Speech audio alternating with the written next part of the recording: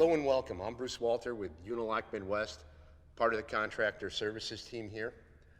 Today I'd like to discuss with you something that I've grown very passionate about, and it has nothing really to do with the pavers that we manufacture here at Unilock. It's really about the bases that you guys are currently using. So let's start by taking a look at installations like you see here on the screen. So this is an installation it's 20 years old. We might often refer to this as we have some base failure going on. One thing that I'd like to point out in this settlement area here is the open joint space that you're going to see between those pavers. It wasn't initially installed like that, but over the test of time, this system has begun to open up a little bit in that joining area. All right, I'll explain a little bit our reason and philosophy, what we see going on those installations. Now this is one too that is interesting because while the other one was a 20-year-old installation, this one is only a year and a half old. It originally was installed in this drive application and had to been reconstructed. So the material was torn out based on this installation, and then it was reinstalled with a proper amount of depth. So we had engineers on that site that were visually taking a look to identify that there was 18 inches of dense base material installed, properly installed, proctored density testing ongoing, but yet in a short amount of time, this is the end result. A few things worth mentioning here is already we're identifying that bedding material has been compromised. It's been softened and saturated, and how do we know that? Because that white limestone residue that you see are the fines from that dense base material. So it's not necessarily strictly about time or improper base. Oftentimes it's related to water. Two factors that come up with water that we'll discuss today are erosion and saturation. So erosion potentially here in this installation came about by two large impervious surfaces that drain water specifically to this point. It began to erode that joining material. Once that joining material was eroded, saturation now on the fines below it, that supporting system, began to get compromised. Let's look at what water does. Not only erosion and saturation, but through freeze-thaw pressures, that freeze-thaw cycle, the expansion of water by 9% by volume is going to incur. So a cavity such as this, we have freeze-thaw pressures expanding that cavity, typically in the path of least resistance, and the end result is that cavity is slightly expanded, all right? This will come into play in some of the situations that we're going to take a look at. Let's start out by looking at traditional base. Traditional base is standardized by a lot of organizations such as ASTM. ICPI has their standards. The DOT, Department of Transportation, also has their standards. And basically, that standard is a representation of the quantity and percentage allowable in a compliant mix design from our quarries. So the amount of 3/4 inch stone available in a traditional ASTM D2940 base. Let's call it crusher run for the sake of many of us, because that's quite a mouthful as far as the ASTM standard. But also it's going to contain an allowable percentage of fines, and those are the ones that most concern me during our installations. Well, let's look at a good reflection here of our crusher run ASTM D2940. All right, you're going to see that we've had a nice mixed blend of the 3/4 larger stones, but then the medium gradations as well as down into some fines. So this is a great example of that. Now, whether or not your quarries are actually producing that can be suspect. I think a lot of us as installers see good base material, and then we recognize some base material that perhaps doesn't have the quality. And let's take a look. So here I've got a bucket of material. This is grade 8 base by a local material. And what you're going to see in this is I've got quite a bit of 3/4 inch gradation and quite a bit of fines. What's happening here is that out of this quarry, I know for a fact that they will sieve out their medium gradation here. So that this is the ASTM number 8s. They provide that to adjacent manufacturer of asphalt. So this is an aggregate used in modified asphalt production. A quarry, like any other business, relies on supply and demand. So if they have the demand from an adjacent fabricator of asphalt, from an asphalt plant, they're going to provide them the necessary ingredients. So the end result is we have a base material that's provided to us during our installations that's slightly compromised. Here's another factor that I see that comes into play with the quality of the base material that we have available to us. When quarries crush and fabricate stone, they send it up a conveyor. That conveyor takes that material, spits it into a pile. So here, if you ever had one of your trucks loaded from the exterior of that pile, oftentimes what you're going to experience is a heavier amount of 3/4. All right, trucking that material. So in the delivery process too, we've got trucks loaded with stones that are bouncing down, turning, momentum. And oftentimes, I think a lot of us installers see that 3/4 that rolls a little bit more into the corner of their dumps. When that's elevated and dumped out in the pile, again, a reflection of a little bit more of the larger stones on the exterior of it. So again, I'll highlight that word inconsistencies because that's the part that bothers me most. When it shows up in our backyard application, this is a scenario that I'd like to put before you guys. All right? We've prepped this in our lifts, we've done this, and so many of us during an installation have seen this inconsistency show up here, all right? I have to ask you, what bothers you most about preparation of this base material? Is it this side over here, A, with more of those open pockets and cavities, or is it this side here, B? I think so many of us are gonna be bothered mostly by A side here because we recognize that when we come across that with bedding material, it's going to potentially infiltrate down. We can't really recognize how much of that material that when we place on fines on top of that is going to migrate through that. So I've got to be honest with you, it's B that bothers me most because I don't know how much 3/4 stone I have to structurally support my weight loads. So a road application could be a gravel parking lot, gravel roads, evenly graded out. You'll see the grid all even depth of base material being installed. Heavy vibratory roller compactors to condense that material. But yet, within a short amount of time, what we'll see is a gravel road that now begins to expose those areas of fines and what happens with water, how they destabilize that area with any downward pressures on it. Now, let's look at some permeable base material. And again, we'll reflect a little bit more here on some consistencies.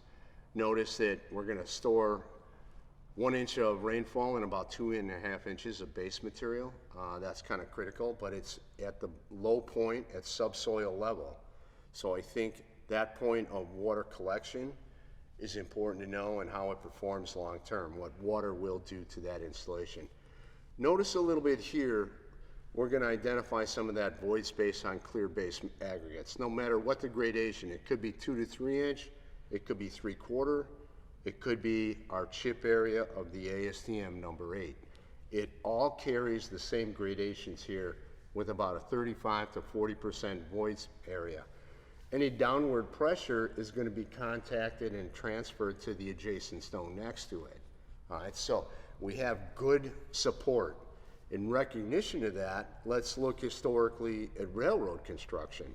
So here, railroad construction, often in a true level plane, it's supporting massive amounts of weight through rail cars, and what you're also noticing too is that it's going to perform under saturated conditions.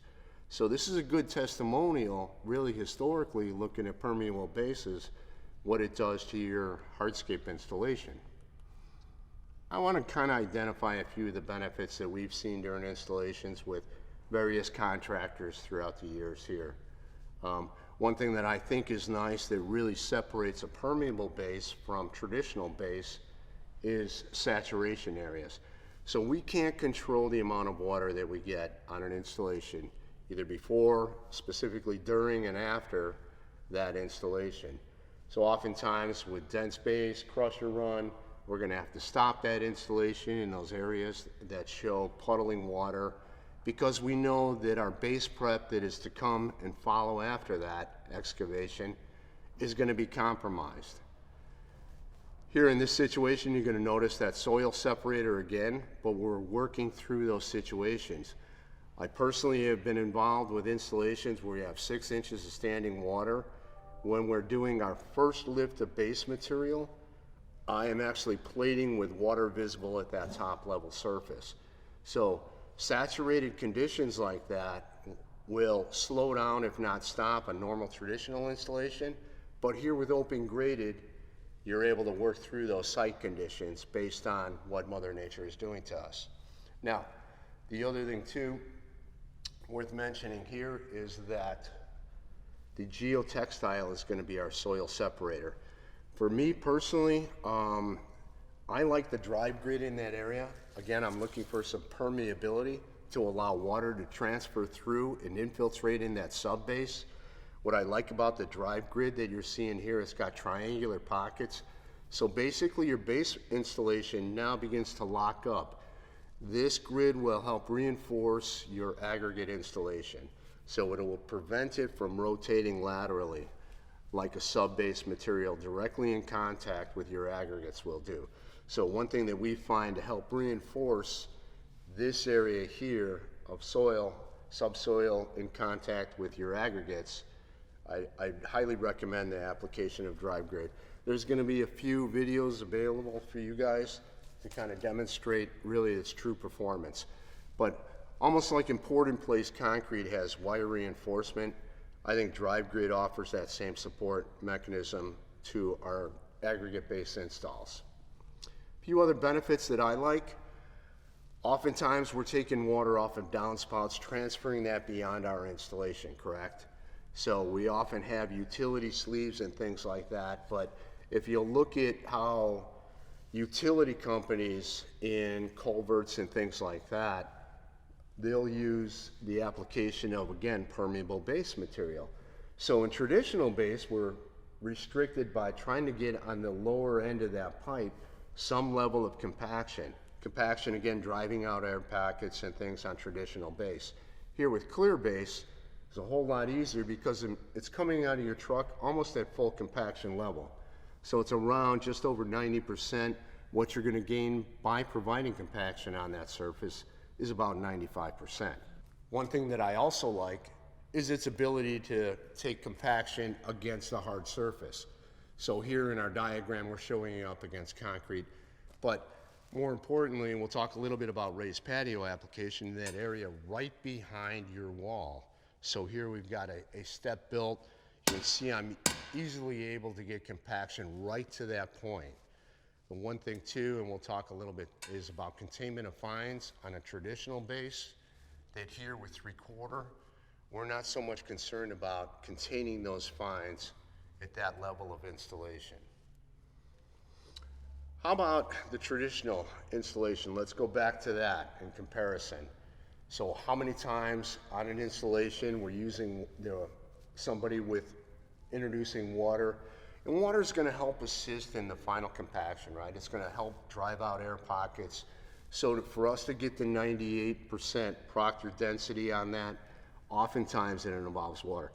But my question is, how much is enough water? How much is too much water?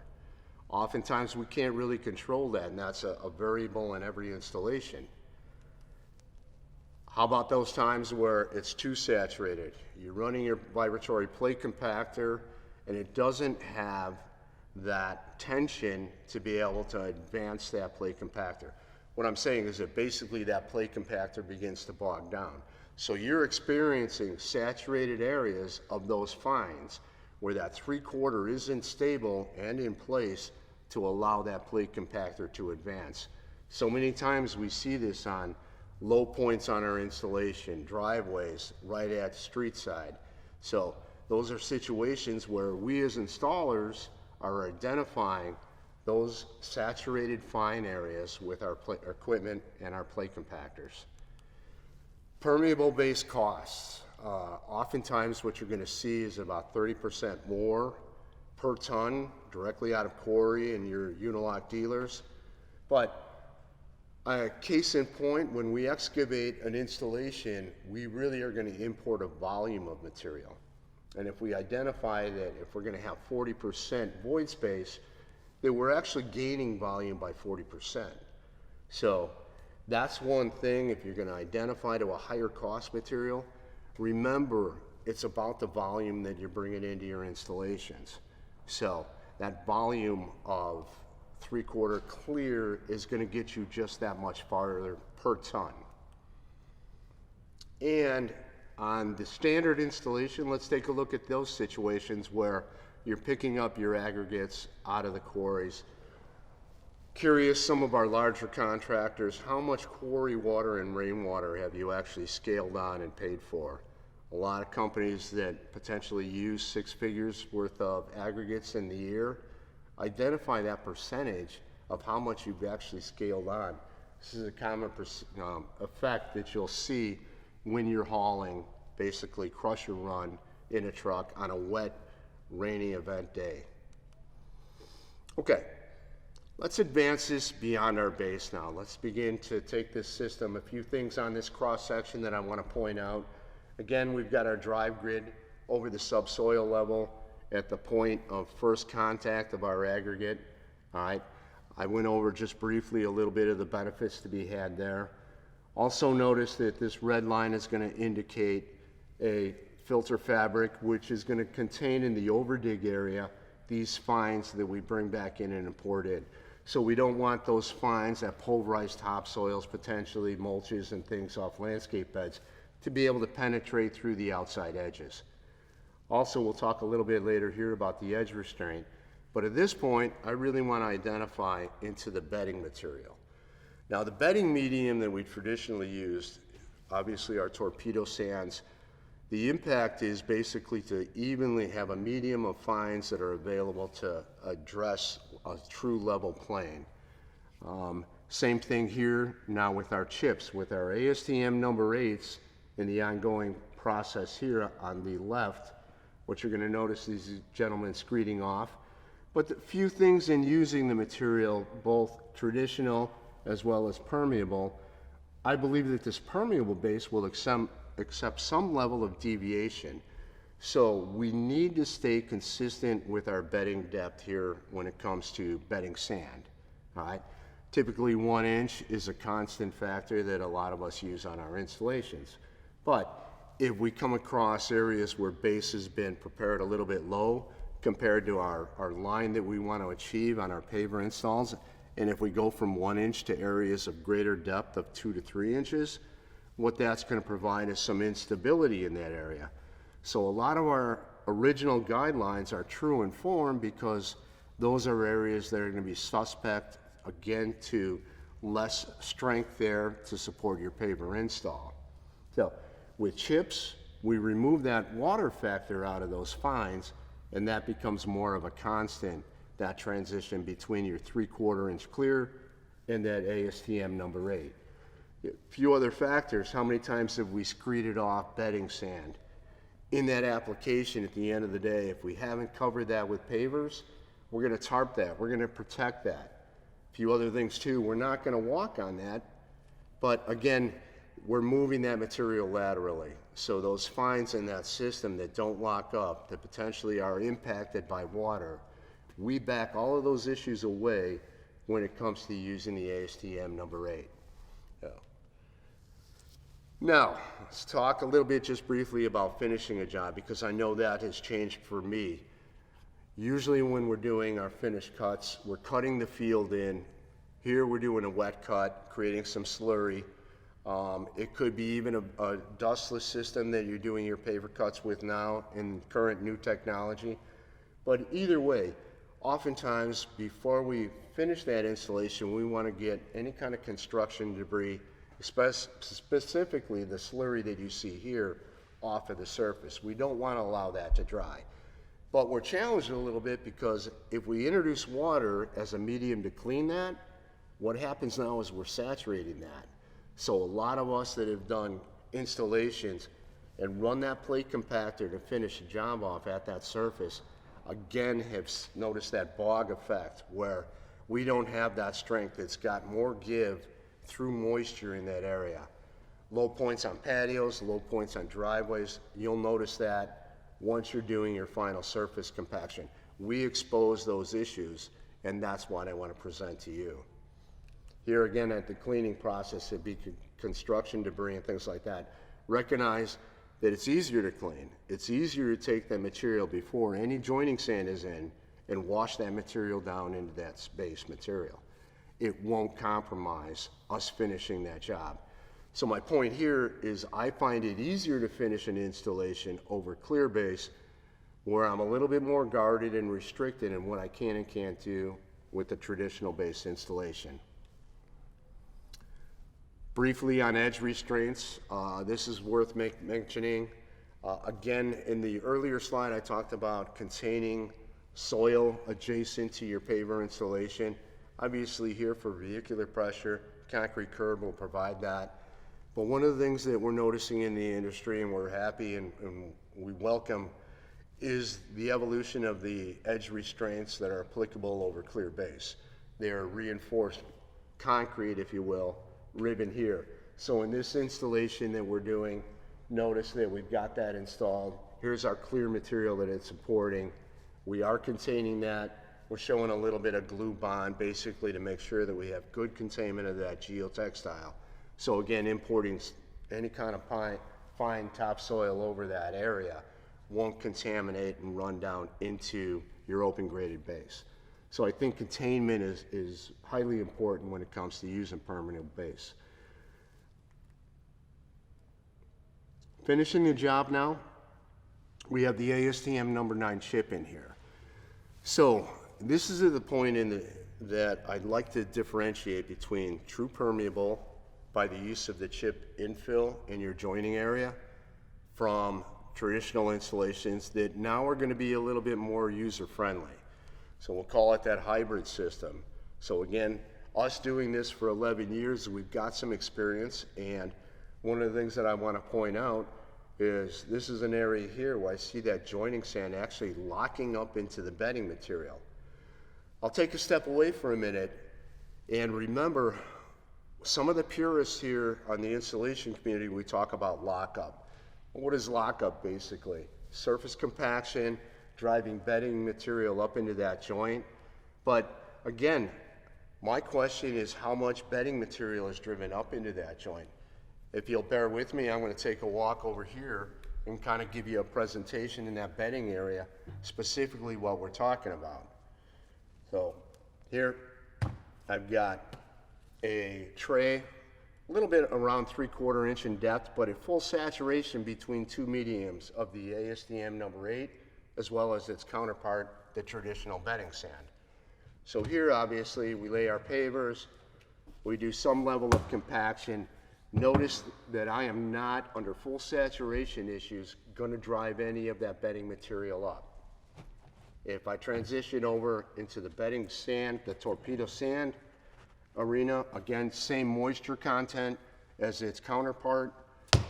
By applying this material by pressure that we apply during final surface compaction in our installations, you're going to start to see that bedding material move laterally and up that joint material. So this whole effect of lockup, I question, what is the validity? My importance in the way we see this is I would much rather have a joining material here that is stabilized and actually locks down into this bedding medium.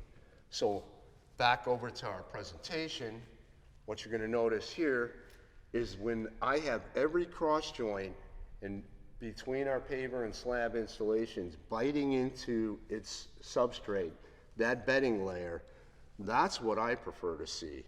Because again, those plate compactors that run over the surface, how much bedding material on sand have we actually driven up? A lot of times you guys identify that on the installation. You'll actually see water, a slurry mix of water and sand all the way at the surface during final surface compaction. How much of that sand actually comes to that level? What don't we see? Is it a quarter an inch up? Potentially, it's quite a bit more than that. We can't really identify that level of bedding material coming up into that joint.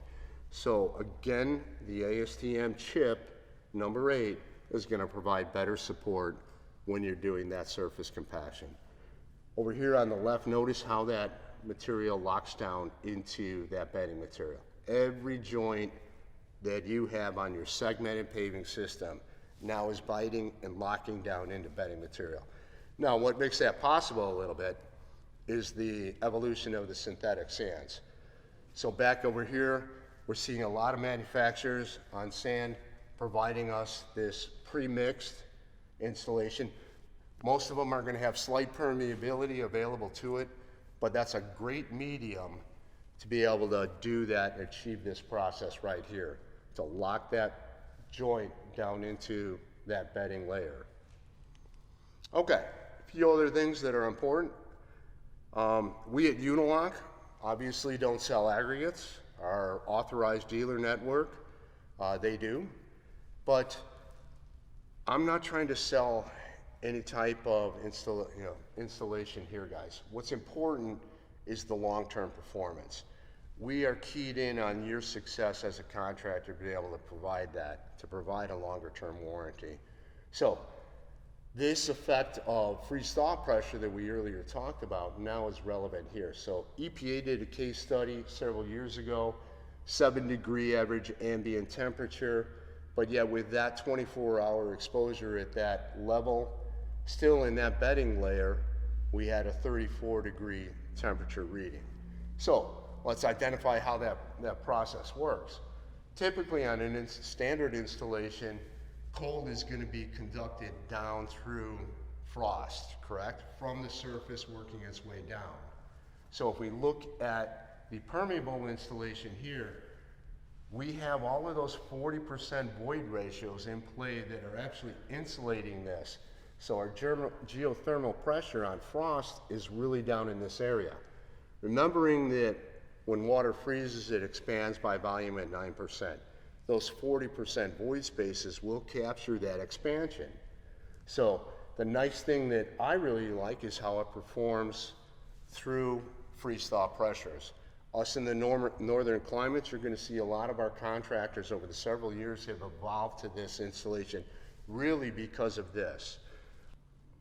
Okay, here's another kind of challenging situation that we're presented with all the time. Oftentimes we're given an area of slope that doesn't identify to our ICPI standards, which is 1.5%. Here we're restricted from entry point to exit point down by the garage. This is one where we only have 6 inches of fall over 200 feet, so very low slope. I translate this almost to that railroad application on permeable base. So it's going to perform very well whether you have slope restrictions or contingencies like that. The other thing, notice all the downspouts and things, the secondary water issues that this will accept. Also negative pitch. We're also identifying certain situations where you have applications with negative pitch. So this is a better system for performance of that. One other thing here worth mentioning, on a drain, how so many times we install formal drains, perhaps a ½ inch below the surface of a standard traditional installation, but over time we're directing water into that, and we see those areas of saturation elevate that drain. So over 2 to 3 years, through frost pressures, you're going to see those drain entrances elevate themselves. So that frost is expanding that drainage system, and then you're going to notice through the freeze-thaw cycle, as that material thaws out, those fines will settle down. The drain will not go down because, again, those fines are now migrating in those exposed void cavities that frozen water and saturated areas have. So if you're challenged with that, again here, specifically in negative pitch, almost mandatory, I would say, as best practice, identify that application with clear base materials. Other item here worth mentioning is the drain inlet. Oftentimes you're challenged with that. Consider our French drain application from a roof deck coming down the downspout. We'll build a French drain, dig a 3x3 hole, approximately 3 feet plus or minus. We'll import maybe 2 wheelbarrows of 3/4 clear into that cavity, top dress it, have a surface emitter, et cetera, et cetera. But consider your French drain that you've got built into your installations. You've got yards and yards, tons and tons basically of storage capacity here. So if you can exit that to a lower area, that's great, specifically here where water entry is going to be a challenge on negative pitch. But oftentimes that's not the case, and I think clear base is going to serve your purposes just a little bit better. Okay, other applications where I think clear base versus traditional is really, to me, a highlight. Let's look at raised patio, common raised application in the backyard. ICPI drawing here, which is going to create that clear area, all right, non-compactable fill basically against backside. My challenge with this is containment of this area. So the movement and settlement that you see, remembering that first slide that I showed you of those pavers dropping in that proximity, those joints opening up. So containment of our bedding sands and things here is a real challenge between a fixed structure, such as your retaining wall that you built, and then the paver field behind it. So kind of a risky area on every installation. We identified that a few years ago and kind of came up with this concept that if we use that whole backfill area with clear stone, that potentially the performance here is less risky against any point of failure. So here on that, we began to do that. What we did notice though is that any kind of water entry into that system did come down into that base material that was supporting our wall. So a few years ago, we kind of got behind the practice of using clear base material in some of our wall applications and residential field. One key item here, I think it's easier to do a wall installation over clear base. I can level off my chip medium. We shouldn't be using fines or anything on a traditional installation. You're not going to see sand bedding or anything laid there, again, because it can undergo saturation issues. So the other thing worth mentioning is a wider format. This is kind of reflected about what we saw in that train track application, that wider format.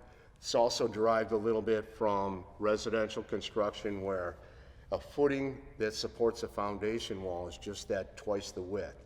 So kind of the same concept that is important if you're going to do clear base to support that. So I prefer, honestly, as best practice, and I know a lot of guys do, and what they're doing is they're selling longer term warranties with that.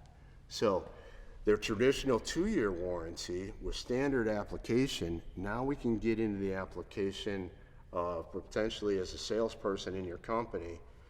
Once you begin to use the clear base material, you're going to start to educate yourself to what you can sell as far as a warranty goes to that homeowner. Any application, basically, that's our point here. We've got some natural stone, and that's supported a little bit differently with some of cementitious material involved, and we'll have some training videos available to show you specifically those areas. But pretty much here, this is a display area that is completely 100% clear stone, all right? We're restricted a little bit in the elevation, same thing that we saw in that driveway with low pitch. Same applies here in this situation. Very limited on what we can do with runoff. But all our product line basically now, from the Unilock perspective, is supported here by clear base. Here's another application too, poolside. Highly restricted on what you can do with pitches on that. This is an installation here with quilting going on over clear base, and to this day, still performing very well. And lastly, this application here, where we have what I identify to as a traditional base risky installation. We've got 6 feet of elevation change from first step, first landing outside of that door, down to low level grade areas here. So it's 6 feet and 3 level application basically presents itself Again, very risky containing all of those fines. Water's coming. We can't control water. There's nothing we can do about what's coming our way. And if our warranties are impacted by water and the damage they can do on traditional substrates, then I encourage you guys, identify yourself, and risky applications, consider the use of permeable base. Thanks for your time.